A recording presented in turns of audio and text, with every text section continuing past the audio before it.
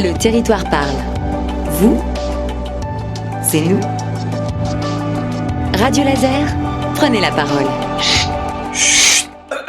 Début d'année, le clocher de l'église Saint-Martin à Guignen a vu naître des échafaudages tout autour de lui, des travaux qui devraient durer encore plusieurs mois. Mais alors pourquoi tous ces travaux ? Eh bien, on est avec Morgane Boucher pour en parler un peu aujourd'hui au micro de Radio Laser. Bonjour. Bonjour Cléo. Alors pour commencer, oui, en quoi ils consistent ces travaux ? Pourquoi rénover le clocher ?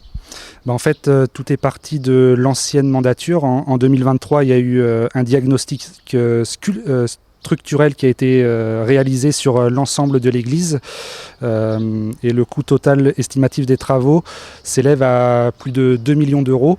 Donc en fait, évidemment, la commune ne peut pas financer de tels travaux.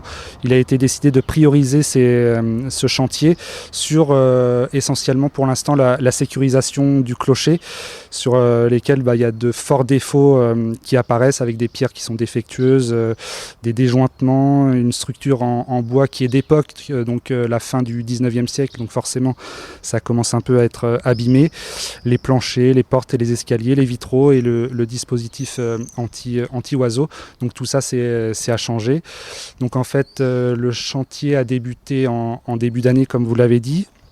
Donc il y a des travaux de remplacement de pierres et de réfection des joints pour sécuriser l'ensemble de l'édifice. On aura également des travaux de charpente. C'est pour ça qu'aujourd'hui on est en train de descendre les cloches du clocher pour pouvoir ensuite réaliser ces travaux sur la charpente, sur les escaliers intérieurs et le plancher. On aura également une intervention sur la toiture avec le remplacement des ardoises du clocher, la restauration d'un vitrail également, et puis la pose d'un grillage pour empêcher les pigeons de nicher. Et pourquoi les faire maintenant ? Alors ces travaux, c'était nécessaire de le faire tout de suite maintenant. Vous parliez donc de la dégradation par exemple du bois qui était d'époque. Voilà, c'était dangereux peut-être Visiblement, l'ancienne municipalité a pris la décision d'effectuer ces travaux parce qu'il y avait une nécessité assez urgente.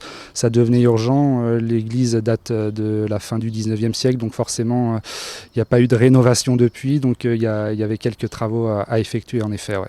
Et donc ça va prendre encore combien de temps ? Là on l'a dit, ça a commencé début d'année, en janvier. Voilà, on peut s'attendre à ce que ça dure longtemps encore ces travaux ? L'ensemble des travaux sur ce clocher devrait durer 18 mois. Donc d'ici mi-2027, deuxième semestre 2027, on pense que ça pourra être terminé. Et ça perturbe pas trop le bourg, l'activité de Guignen ? Alors l'activité du bourg, non, ça n'empêche pas le bourg de fonctionner. La semaine dernière, le week-end dernier, il y avait la fête de la musique, donc il n'y a pas eu de problème à ce niveau-là. Après, c'est peut-être un peu plus pour les offices, pour la messe, les enterrements, les baptêmes. Il y a la porte principale qui est condamnée par moment. Donc forcément, là, ça perturbe un petit peu, mais il y a les accès sur les côtés qui se font. Et donc là, aujourd'hui, on se retrouve parce qu'on va descendre les cloches de l'intérieur. Donc apparemment, c'est assez rare. Vous allez vous y prendre comment ? Alors effectivement, c'est un événement assez rare, la descente des cloches du clocher. C'est une entreprise spécialisée qui s'en occupe. Il y a je ne sais pas trop comment ça se passe, c'est eux qui gèrent ça, mais donc la descente des cloches s'effectue par l'intérieur, c'est une entreprise spécialisée qui s'en occupe.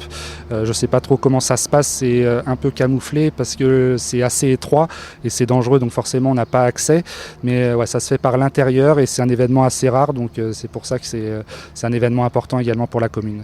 Et vous avez eu des contraintes par rapport au classement ou à l'inscription au monument historique. Elle date, cette église. Est-ce qu'il y a eu des contraintes ?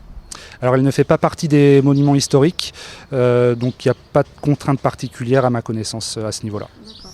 Et tout à l'heure on a pu en parler un peu, donc on a évoqué les cloches. Pourquoi il fallait les descendre, ces cloches ? Donc les cloches vont être descendues pour pouvoir faire les travaux de réfection de la charpente à l'intérieur du clocher. Il y a également une reprise des planchers. Donc forcément pour accéder à la charpente, comme les cloches sont juste en dessous, il fallait les descendre.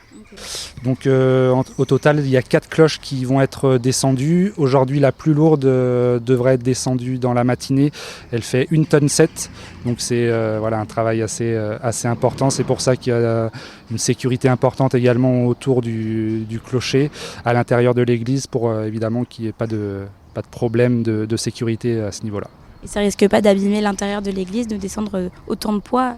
On espère que l'entreprise saura faire, mais je pense qu'SFR, c'est une entreprise spécialisée dans le patrimoine, donc il n'y a pas de souci à ce niveau-là. Super, on se retrouve alors quand tout sera rénové dans quelques mois. On espère, et les habitants pourront voir les cloches dans le fond de l'église. Elles vont rester exposées le temps des travaux pendant un petit moment, quelques semaines, quelques mois. Donc les travaux des cloches seront faits sur place, elles ne bougent pas ailleurs? Non, elles seront exposées dans le fond de l'église. Et justement, cette église et ces cloches, elles ne datent pas d'hier, et Jean-Louis Sieur, responsable liturgique pour la paroisse de Guignin, vient de nous rejoindre pour nous parler un petit peu rapidement de l'histoire de l'église Saint-Martin. Alors l'église de Guignin a été construite entre 1875 et 1898. On a fêté le centenaire en 1998, on a fêté le centenaire de l'église. En 1998, elle n'était pas tout à fait terminée encore, mais le clocher n'était pas tout à fait fini. Et les 3 premières cloches ont été posées en 1900. Les 3 premières, on les avait amenées dans le chœur devant l'autel. Elles ont été baptisées puisque chaque cloche a un parrain et une marraine. La première s'appelait, je crois, Marie. La deuxième, Gabrielle. La troisième, Élisabeth. Et comment on choisit ces parrains marraines?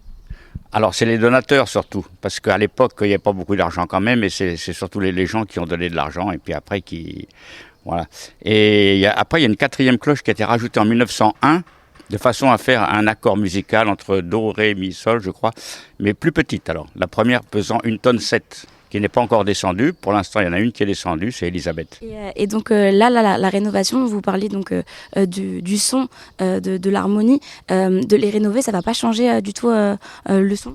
Alors du point de vue musical, je ne sais pas, ces cloches, donc elles ont été fondues à Villedieu-les-Poêles par la société Havard.